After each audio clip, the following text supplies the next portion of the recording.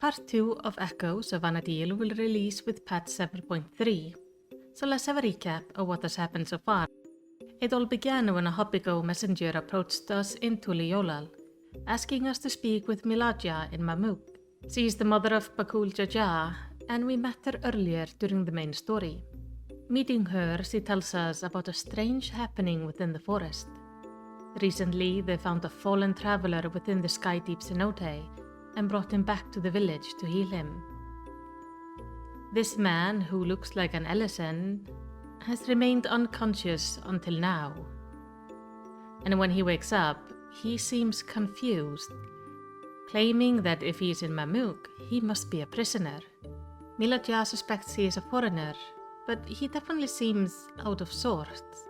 But before we manage to question him further, we are interrupted with the news that the shade of Kulul Jaja has returned.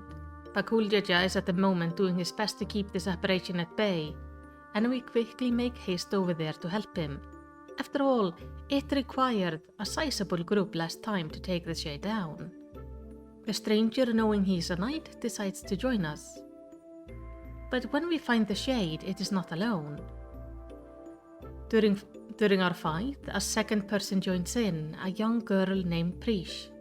She seems eager to fight us, but as the shade realizes they are outnumbered, it instead retreats into a nearby portal to an unknown place with the girl following him. After the brief fight and the retreat, the Ellison seems to regain some of his memories. One that tells him that this girl is in fact a friend, and he wants nothing less than to follow and rescue her from whatever is going on. So of course we step through the portal, entering the first part of the raid. It looks to us like a city littered with monsters and dangers.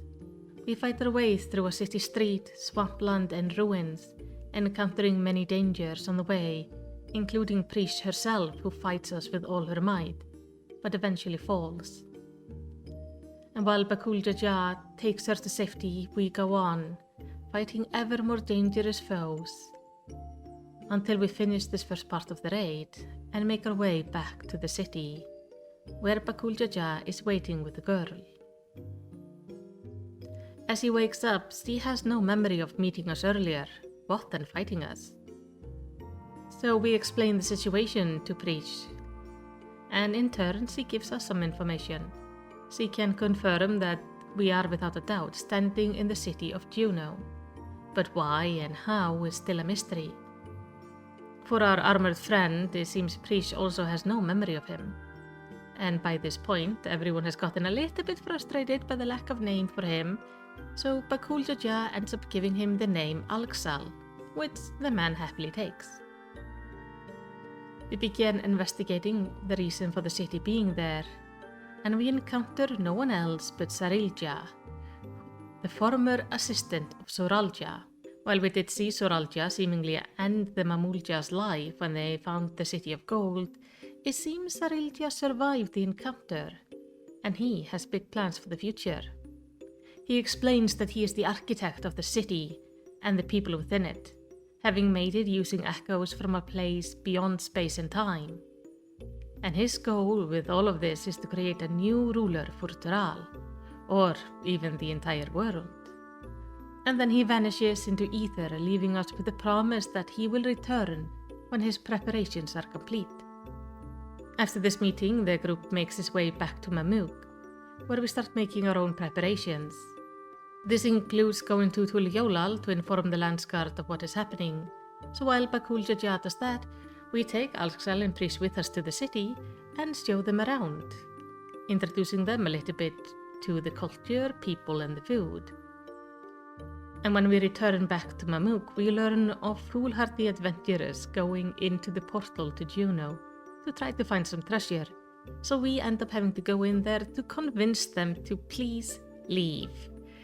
And while some of them are easily convinced, others a little bit more tricky, including an instance where we have to take part in a bidding match over a piece of electro to get them to go away. We end up winning the bidding war, and as Alxal examines this piece of electro, he senses the presence of the Shadow Lord connected to it. Again, he regains some of his memories, This time of him and a band of adventurers fighting the real Shadow Lord back in Vana'diel. And why he still does not remember his original name or much of his past, it is at least one step in the direction of his identity. With Juno safe for now, we take the Electro back to Mamu, where Prissy and Alxel can stay safely till future developments happen. And in fact, they are even encouraged to go on an adventure while they wait. After all, how often can you go explore a completely different world?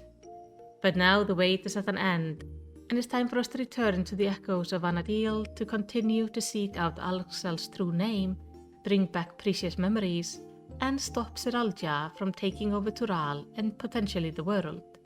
But we will see how that progresses as we enter patch 7.3. For now, tell me what are your hopes for in the upcoming raid?